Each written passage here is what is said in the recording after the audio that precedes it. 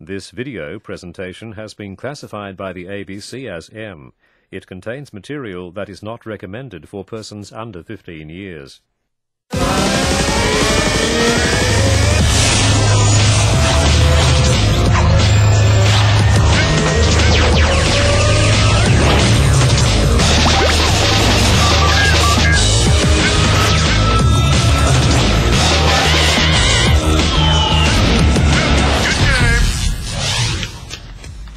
Hello and welcome to Good Game, the show for gamers by gamers. I'm Hex. And I'm Barger. And we've been going through batteries like nothing else. Can you pass me another one? Yeah.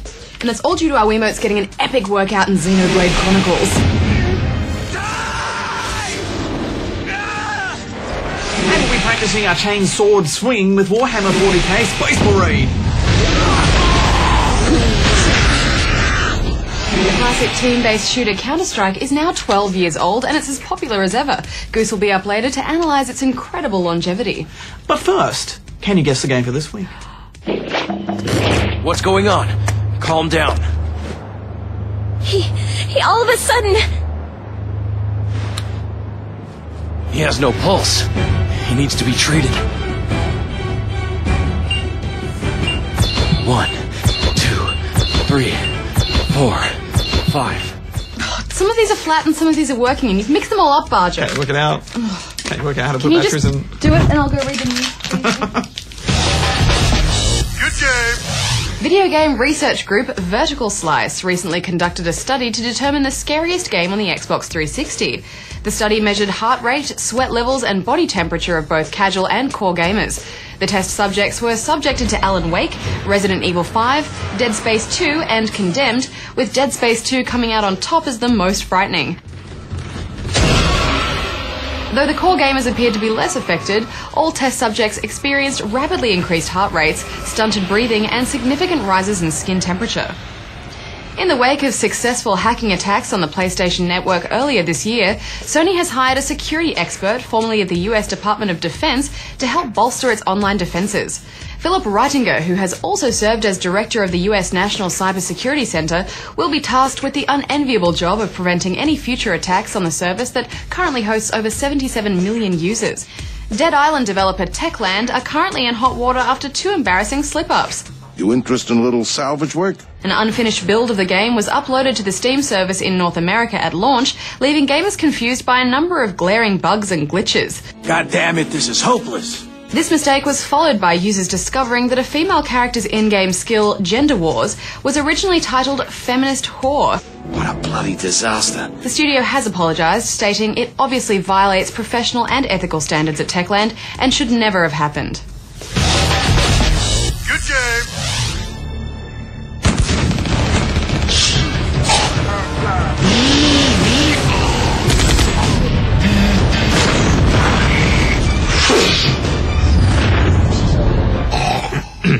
Developer Relic have a great affinity with the Warhammer 40k universe.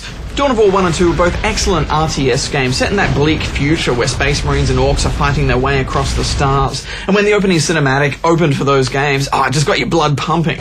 Right in there in the thick of battle, slugging it away with my bolter, carving through those greenskins. This is what we were all really hungry for. Well, it seems Relic thought so too, which is why they've brought us Space Marine.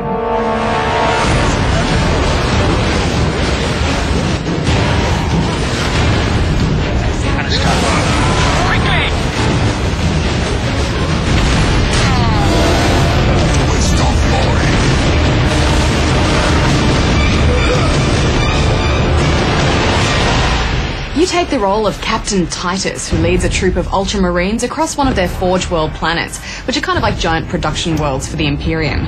But this particular one has the nasty problem of an Orc invasion. So you'll be defending key locations while hacking your way through as many Orcs as possible. Everything about this game captures the look and feel of Warhammer 40k perfectly. From the moment you charge into the fray in your oversized metal suit, you'll be switching between firing a hefty bolt gun and engaging in fierce and bloody melee combat. It's serious carnage, with huge blood sprays and angry cries of rage from both sides. I love love good melee Barjo, and I think they really got the balance just perfect between that close combat and the gunplay. You'll be picking off orcs in high places or behind cover, when suddenly they'll swarm you from all sides and you're there madly swinging axes, hammers and chainswords in wide comboed arcs around you. It's just so satisfying. I also thought it had a really good health system too. Instead of health packs lying around everywhere, you regenerate health by performing a stun and then hitting B, and this will execute a finisher that will see you getting some health back. Yeah, and it makes those finishes something that's necessary, not just something that looks cool, and it keeps you moving forward. You'll also have a Fury that you can activate during times of distress once you've filled up a meter, and this really needs to be saved for those epic swarm moments. On normal difficulty, this game can still get quite hard in those all-out bloodbath battles, and even if you're trying to regain health by doing finisher after finisher, you can still go down. You either need to switch to a gun that can take out multiple enemies at close range, or make clever use of that Fury to stay alive. Quite possibly my favourite item in this game, Barger, was that jump pack. Now, you and I share a common love for jetpacks, and I know that this is the kind of game where you couldn't, make your way through the entire campaign with an awesome perk like that at your disposal, but I just felt that every time I got it, it was so fleeting. I mean, I had the first one for a few seconds, and then it wouldn't fit through a tunnel, I had to take it off, come on. And the next time it ran out of fuel... Out of fuel. Sure, guys. Sure. The freedom of flying through the air like some giant metal fairy, landing with a brutal ground slam that stuns anything nearby. It was just bliss. And those areas were a great break from regular combat too. Raining down death from above, and I loved that act. And there's a good variety of guns too. Everything from plasma guns to bolters that explode orcs from the inside out. But there was one thing that disappointed me, Hex, and that's that even though there were some areas where you just got flooded with orcs and enemies to kill, you spent a lot of time just walking through corridors where nothing really happens and big empty rooms. Yeah, or just opening doors, activating switches, or going up and down elevator platforms, and then more running down corridors. I agree. I mean, there was a bit of a missed opportunity here to add some of that great 40k vehicle action. The 40k universe has so many cool mechs and walkers, it was a shame that we didn't see any of those. I mean, look at this guy. Where was he in the game? They should put him in. Awesome. Also, in our Resistance 3 review a little while back, we mentioned that all the characters in the game kept repeating the main protagonist's name over and over. Joe. Well, in Space Marines, the word Space Marine will be repeated so many times, it will drive you nuts. Space Marines to kill! Space Marines! Space Marines. Space Marines! Space Marines! What's it called again? Space Marine! Space Marine! Space Marine! We get it, guys. Most of the 40k fans I've spoken to have said the Ultramarines are actually one of the least interesting factions, and that's kind of reflected in the voice acting and story a bit. Rise, Guardsmen. You saved yourselves. We thought you did. We would be, my lord, if not for the lieutenant. The voice acting isn't bad, it's just a bit bland, and also the story is pretty predictable.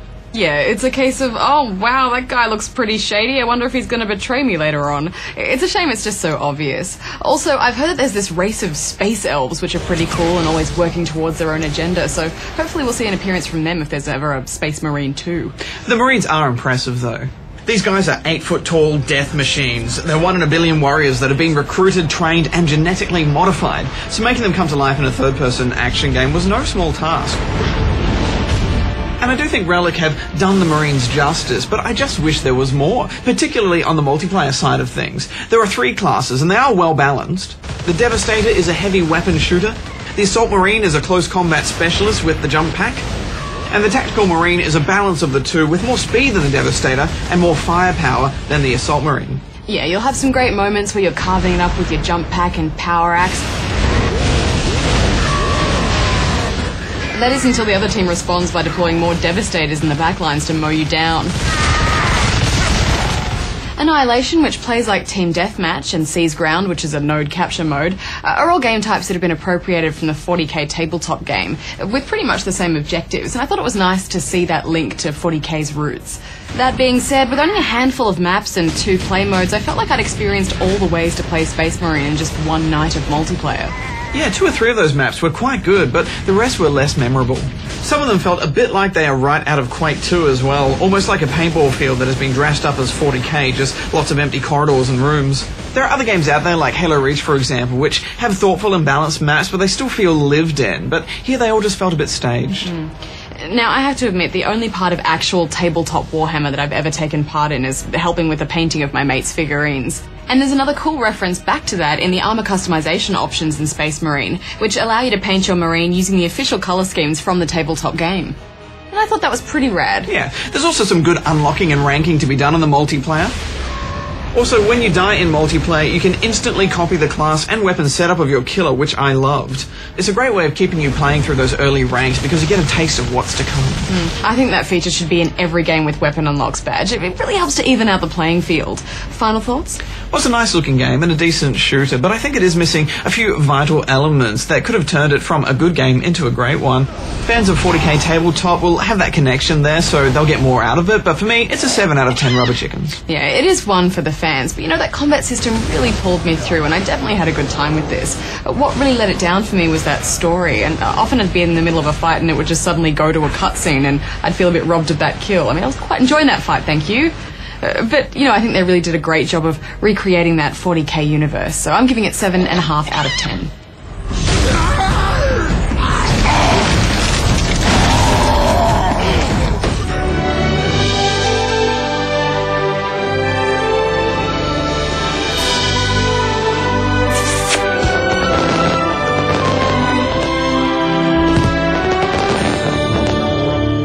I would say, the first one that I was really held captive by, that I really had a hard time stepping away from, was the original Star Wars arcade, especially the sit-down cabinet. It really felt like you were encased in an X-Wing, and it was just a kick-ass game. It was a lot of fun to play. Yahoo! You're all clear, kid!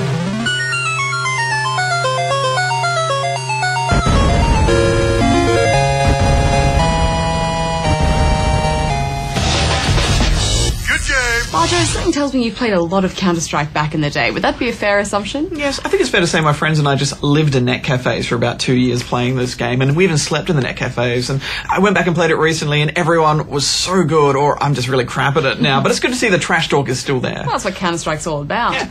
Well, Goose has taken some time to look back at this FPS phenomenon.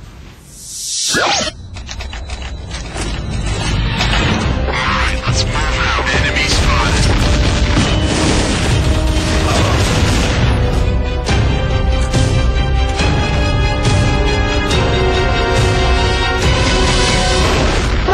Oh, you sneaky. Can't hide there like that.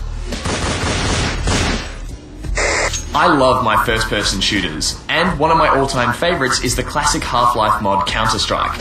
But it's been almost 12 years since its release, so like many gamers out there, I'm a bit rusty these days. But that's not to say the game is dead and buried. In fact, far from it.